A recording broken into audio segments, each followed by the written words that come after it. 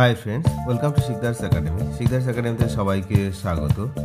এই ভিডিওতে আমরা পশ্চিমবঙ্গের ডিএ মামলা সম্পর্কে কিছু আলোচনা করব। এই মুহূর্তে আপনারা জানেন যে পশ্চিমবঙ্গের ডিএ মামলার যে রায় মোটামুটি রাজ্য সরকারি কর্মচারীদের পক্ষেই যাবে, এমনটা কিন্তু আভাস পাওয়া যাচ্ছে। বিভিন্ন সূত্র মারফত আমরা যেটা জানতে পারছি যে ডিএ মামলাতে কিন্তু সরকারি কর্মচারী সংগঠন যারা রয়েছেন তারাই কিন্তু জয়লাভ করবেন, মানে বারংবারের মতো। তার কারণ এর আগে 6বার বা 7বার কিন্তু এই একই মামলায় কর্মচারী সংগঠনই জয়লাভ করেছেন। তো সেক্ষেত্রে ডিএ মামলার রায় যে কর্মচারীদের পক্ষে যাবেন সে বিষয়ে কিন্তু অনেকটাই নিশ্চিত আপামর জনসাধারণ। তো এর মধ্যে সবচেয়ে গুরুত্বপূর্ণ বিষয়, সবচেয়ে গুরুত্বপূর্ণ রোল প্লে করেছে হচ্ছে সংগ্রামী যৌথ মঞ্চ। তো তাদের যে ভূমিকা সেই বিষয়ে কিন্তু এই ভিডিওতে আমরা একটু দেখব।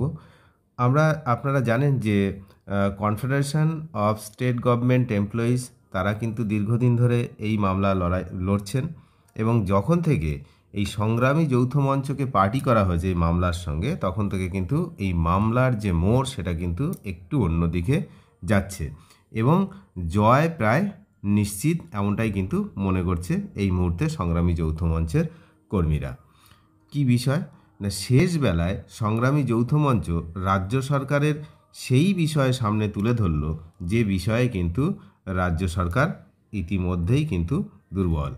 কি না, ইতিমধ্যেই মামলাকারীদের তরফে জমা দেওয়া একটি লিখিত আবেদন এখন সকলের নজর কেড়েছে। এই আবেদনে এমন কিছু শক্তিশালী যুক্তি তুলে ধরা হয়েছে যা রাজ্য সরকারের আগের হলফনামাকে দুর্বল করে দিতে এবং রাজ্য সরকারি কর্মীদের জয় এনে দিতে যথেষ্ট ভূমিকা পালন করতে পারে। আপনারা জানেন যে পুজোর আগেই পশ্চিমবঙ্গের এই ডিএ সংক্রান্ত মামলা যার শুনানি সুপ্রিম কোর্টে কিন্তু শেষ হয়েছে, এবং সুপ্রিম কোর্টের যে নির্দেশ ছিল সেই নির্দেশ মতো রাজ্য সরকার তার লিখিত সাবমিশন জমা করেছে, লিখিত আকারে তাদের বক্তব্য। আর সেই যে হলফনামা, রাজ্য সরকার যে সমস্ত তথ্য দিয়েছে সেই হলফনামায়, আপনারা জানেন সে বিরাট বড় হলফনামা দিয়েছে। তো তাকে কাউন্টার করতে, অর্থাৎ তার পাল্টা রাজ্য সরকারি কর্মীরাও কিন্তু লিখিত নথি কিন্তু জমা দিয়েছে। আর তাতেই রাজ্য সরকারের তথ্যের কিছু অসঙ্গতি ধরা পড়েছে। আর কর্মীদের সেই দাবি হচ্ছে যে এই মামলার রায় তা প্রভাব ফেলতে পারে। বিশেষজ্ঞরা মনে করছেন এতে কর্মচারীদের পক্ষে রায় আসার সম্ভাবনা অনেকটাই বেড়েছে।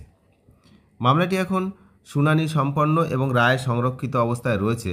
তো এই পরিস্থিতিতে সকলের অপেক্ষা হচ্ছে সুপ্রিম কোর্টের চূড়ান্ত সিদ্ধান্ত কবে বেরোয় তার ওপরে। তবে সংগ্রামী যৌথ মঞ্চের যে ভূমিকা সেটা কিন্তু অনস্বীকার্য।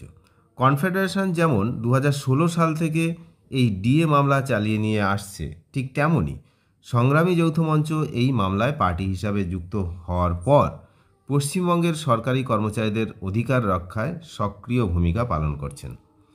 তাদের লিখিত আবেদনটি সুপ্রিম কোর্টে জমা পড়ার পর মামলাটির এক নতুন মোড় নিয়েছে। এতে ডিএকে কর্মচারীদের মৌলিক অধিকার হিসাবে তুলে ধরা হয়েছে। কলকাতা হাইকোর্ট যে ডিএ কর্মীদের অধিকার এটা মান্যতা দিয়েছিল তাও উল্লেখ করা হয়েছে কিন্তু এই লিখিত সাবমিশনে। রাজ্য সরকারের পক্ষ থেকে যে আর্থিক অসুবিধার যুক্তি দেওয়া হয়েছে তা খণ্ডন করতে তথ্য সমৃদ্ধ প্রমাণ কিন্তু উপস্থাপন করা হয়েছে। এই আবেদনটি কর্মচারীদের দীর্ঘদিনের লড়াইকে নতুন উদ্যম দিয়েছে, যার ফলে এখন আমাদের পশ্চিমবঙ্গের যে ডিএর যে মামলা সেটা কিন্তু জয়ের আশা এখন আরও প্রবল হয়ে উঠেছে কর্মচারীদের পক্ষে। তো আবেদনে যে জিনিসগুলো বেশি করে জোর দেওয়া হয়েছে তা হলো সরকারি কর্মচারীদের আইনসম্মত দাবি, কোনো দান বা অনুগ্রহ নয়। এআইসিপিআইয়ের ভিত্তিতে সমস্ত এআইসিপিআই যেমনভাবে চলে ঠিক সেইভাবে তার সঙ্গে তাল মিলিয়ে ডিএ দিতে সরকার বাধ্য। পশ্চিমবঙ্গের রোপা 2009 নিয়ম অনুসারে এই ভাতা নির্ধারণ হওয়ার কথা, কিন্তু সরকার তা লঙ্ঘন করেছে বলেই অভিযোগ তোলা হয়েছে। এতে আইনি যুক্তি দিয়ে দেখানো হয়েছে যে রাজ্যের আর্থিক অবস্থা আসলে অন্য রাজ্যের তুলনায় স্থিতিশীল।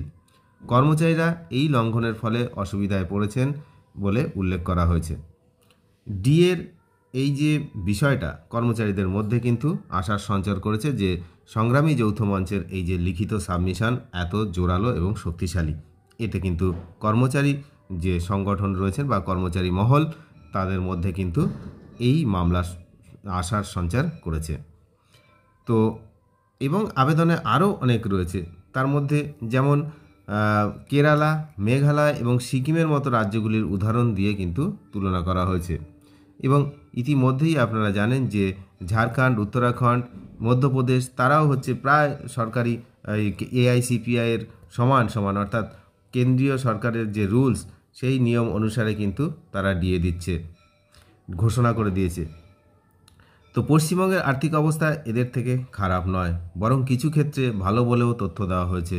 রাজ্য সরকারের আর্থিক দুর্বলতার যুক্তি এতে ভিত্তিহীন প্রমাণিত হয়েছে। এই তুলনা কর্মচারীদের দাবিকে আরও মজবুত করে তুলেছে। এবার সুপ্রিম কোর্টের ডিএর যে শুনানি, এই পয়েন্টগুলো কিন্তু যে পয়েন্টগুলো এই সংগ্রামী যৌথ মঞ্চ রেখেছে সেই পয়েন্টগুলো কিন্তু গুরুত্বপূর্ণ ভূমিকা পালন করতে পারে। আবেদনে বলা হয়েছে যে রাজ্য সরকার কর্মচারীদের মধ্যে অসম ব্যবহার করছে। দিল্লির বঙ্গভবন বা চেন্নাইয়ের যুব হোস্টেলে কাজ করা পশ্চিমবঙ্গের কর্মচারীরা কেন্দ্রীয় হারে ডিএ পান, কিন্তু রাজ্যের ভিতরে থাকা কর্মচারীরা এই সুবিধা থেকে বঞ্চিত। এটি সংবিধানের 14 নম্বর অনুচ্ছেদের যেটা রয়েছে সেটাকে কিন্তু লঙ্ঘন করছে। এই যে বৈষম্য কর্মচারীদের মনোবল ভেঙে দিচ্ছে। তো সংগ্রামী যৌথ মঞ্চের যে সাবমিশন বা হলফনামা, এই দাবিগুলো রাখা হয়েছে যা রাজ্যের দেওয়া যুক্তিকে খণ্ডন করতে পারে। পশ্চিমবঙ্গের সরকারি কর্মচারীরা বছরের পর বছর ধরে কেন্দ্রীয় হারে ডিএ যে দেওয়ার সেটার দাবি কিন্তু জানিয়ে আসছিলেন। কলকাতা হাইকোর্টের বিভিন্ন বেঞ্চে রাজ্য সরকার 6 বারেরও বেশি হেরেছে। হাইকোর্টও ডিএকে কর্মচারীদের আইনি অধিকার বলে স্বীকৃতি দিয়েছে, কিন্তু রাজ্য সরকার সেই রায়গুলি চ্যালেঞ্জ করে সুপ্রিম কোর্টে গেছে। এই লড়াইয়ে অংশ হিসাবে সংগ্রামী যৌথ মঞ্চের আবেদনটিকে কিন্তু গুরুত্বপূর্ণ।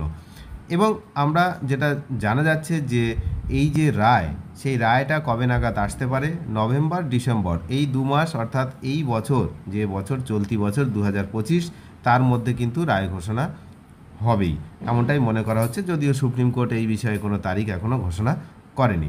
তো সার্বিকভাবে সুপ্রিম কোর্টের এই যে মামলা বর্তমানে শুধুমাত্র পশ্চিমবঙ্গের সরকারি কর্মচারীদের জন্যই নয়, সারা দেশের রাজ্য সরকারি কর্মীদের জন্য একটি মাইলফলক হতে চলেছে। একদিকে কর্মীরা দীর্ঘ অপেক্ষায় রয়েছেন, অন্যদিকে কনফেডারেশন, ইউনিটি ফোরাম, সরকারি কর্মচারী পরিষদ ও সংগ্রামী যৌথ মঞ্চের প্রচেষ্টা কর্মীদের অধিকার রক্ষার সাহায্য করছে। রায় যদি কর্মচারীদের পক্ষে যায় তাহলে ডিএ প্রদানের প্রক্রিয়া ত্বরান্বিত হবে।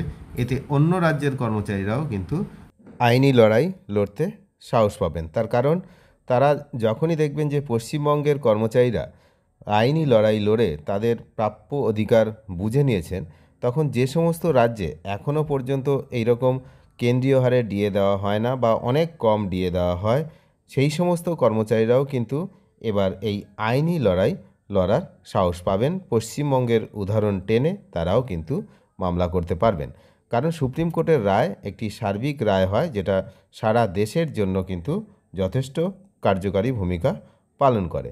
আপনারা জানেন যে শিক্ষকদের যে টেট পাস বাধ্যতামূলক, যখন যে রায়টা হয়েছিল সেই রায়টা কিন্তু সারা দেশের জন্য হয় এবং সারা দেশের সমস্ত রাজ্য, এখন বিভিন্ন সংগঠন সবাই কিন্তু তার এগেনস্টে এখন একজোট হয়ে লড়াই করছে।